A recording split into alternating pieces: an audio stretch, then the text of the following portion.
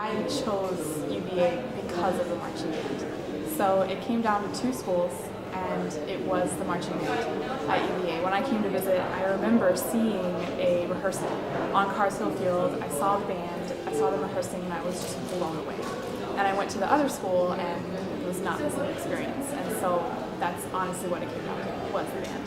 So when I came to UVA, there was no question I was going to do band. My strongest first memory is walking into the tent. That was when we had, my first year at band camp was when we had the tent at band camp, a brilliant decision. And I remember going through the tunnel and I was terrified. It's, when you're first year walking through that tunnel, I'll never forget that feeling of, what did I just walk into? This is insane. I do have a secret. So my second day of band camp, my first year, I called my mom and said that she needed to come take me home. I was quitting. And I'm not proud of it. And it gives me shivers to think that it almost happened. But she couldn't pick me up that day. She said, I can come get you on Thursday. And I said, okay, fine, I'll wait. And thank God that she couldn't pick me up that day, because it just took that one extra day. And that was all it took. And if I had, oh man, I don't want to think about it, but that is something, I'm not proud of it, but I stuck with it for the couple days, and gosh, look what it got me. I think the band then was different than it is now. I think that now you look at the CMB and it is so welcoming and so open to new members. I think it was a little different then.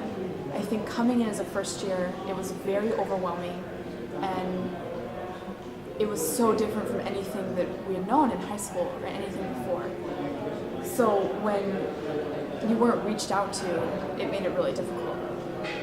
And I don't know what changed in those 2 days, what made me decide to stay. I think it was just my love for marching band, and I thought, I can't not play in a marching band, as crazy as that sounds. But then if you look at the CMB now, it's completely different. It's completely different. The dynamic when a first year walks in, they're just taken under the wing of so many upperclassmen. It's fantastic to see how it's changed. So hopefully that won't be happening to any other first years, that was the last time it happened. Yeah. I honestly think the CMB was the core of it. I think you develop a family in the CMB, and it's something that's solid and structured, and you go to rehearsal every Tuesday, Thursday, maybe Friday, and you see the same people that you go through so much with all the time. And so no matter how hard academics are, no matter what's going on in the rest of your life at UVA, you have that solid core. And I think that it's so important to have that. And it really shaped my experience at UVA. I had so much school spirit because of the band. All my friends were in the band. So I think that without the CMB, my experience at UVA would have been very different and not as good as it was. Some practices would be rough, especially if we had a week to do a show and it just wasn't clicking, and you kind of just felt down about it. You think, we're never going to get this done. We're not going to get ready in time for the game. But you really depend on each other. Like I said, the band is a core. It's a solid core. You're a family. And at the end of the day, we never didn't do a show. We never didn't make it to the halftime show. So I think knowing that really helped get through those challenging moments. There's one time at band, I did stab my foot with a saber. So that is something I will never forget, and I can't forget it because the wound still is there. I have a little scar, memory of the CMB, kind of. So it was the Penn State game, the second halftime show as drum major, and it was after we had run out, marched out of tunnels, everything was going great, the crowd was cheering, and we had to, the end of our salute was, we had to flip around and lunge and stab the saber into the ground. So I wasn't thinking, I wasn't paying attention, because you're not really thinking when you're performing, you're just doing it. And the sword went right through my marching shoe and into my foot. And I didn't really think about it in the moment because there was so much adrenaline. So I just pulled it out and I put it back and I finished the salute, no problem. Completely forgot about it. Did the whole pregame, jumped on and off the podiums, did tag, everything with the hole in my foot. Didn't think about it until the middle of first quarter. I was up with the trumpets and I couldn't feel my left foot. And I was, oh yeah, wait, I put a sword into it, that's right. So I took off my shoe and it was really not a pretty sight. And all the trumpets around me, all out, their faces and their expressions, they were in shock. And I thought, well, that's a bummer, and I just put my shoe right back on. I was gonna, because I didn't have time to think about it. And Matt Taskey was walking by at that moment. I think it was Matt Taskey, and he said, "Oh no." And he took me up and he called the EMTs at the stadium to come get me, and Aurelia Khorsand was with me, thank goodness. And she stayed with me, and I kept saying to her, "Aurelia, I have to get back to the game. I can't be out here." And she said, "Aurelia, there's a hole in your foot and it's bleeding." So went to the ER in the stadium. They said, "You need to go to the hospital." I said, "You don't understand. I'm in the band. I have to be there." So they wrapped it up real tight, and I finished the game. And oh man, I couldn't feel my foot. The numbness went up my leg during the game. And what was funny is the whole band knew, because the trumpets couldn't keep their mouths shut and told everyone, but the directors didn't know. So it wasn't until after the game, back in the SAB, everyone was changing, and I kind of collapsed in the back from, there's a hole in my foot.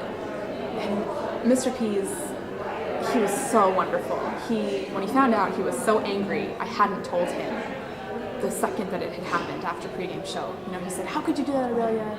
You have to say these things. I would never have made you do the game with that." But, oh well. And he made, God, it was so embarrassing. He made Kemper and Cameron, they put me on a chair, and like the Queen of Sheba, they lifted me up and carried me out to the car, and I was so embarrassed. I said, "Mr. Peace, I did the entire football game, halftime show, everything, with this injury. I can walk to the car." He said, "No, absolutely not." And they carried me out. It was so embarrassing. So, yeah, went to the ER and got everything taken care of, but they made the meme, the Insanity Wolf meme. I don't know if I'm proud of that or really embarrassed, but yes, I am the drum major who stabbed herself with a saber during the game. So that is, I wish I'd left another legacy, but it looks like that's what it's gonna be, huh? I knew I wanted to be a drum major from day one. I think I have a passion for band. I think a lot of us do. You love the band so much, and you want to be able to do something, give something back, and be a really strong part of it. And I was a drum major in high school, and I know there's no other feeling in the world than standing in front of a band and hearing that sound.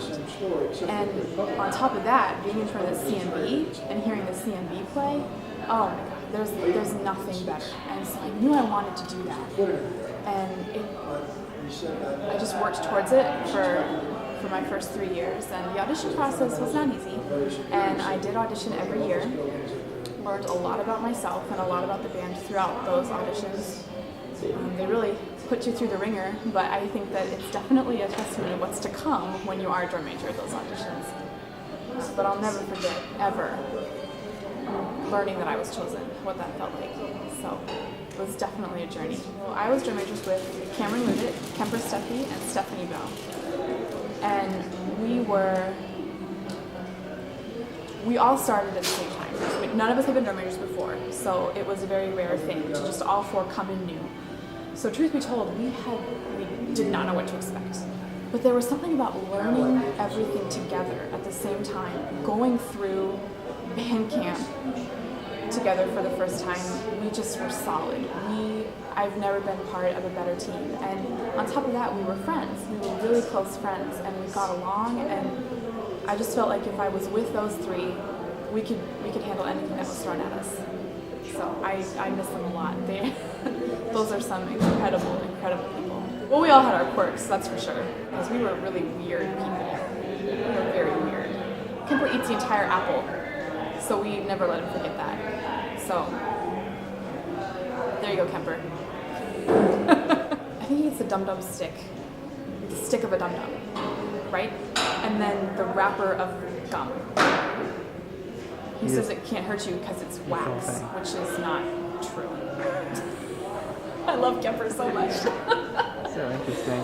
Cameron, if I had to describe Cameron to someone who never met him, I would say a really smart, overexcitable puppy would be the most accurate description of Cameron.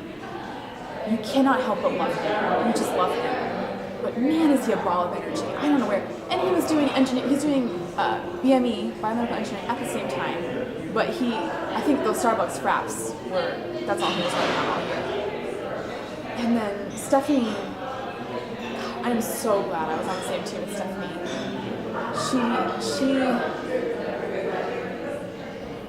I don't know. I have a really close relationship with Stephanie. She's my girl. So, oh man, I miss her.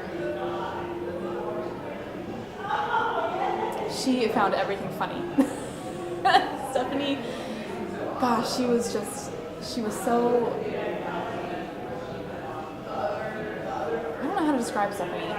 It's hard when you're so close to someone. She's basically my sister.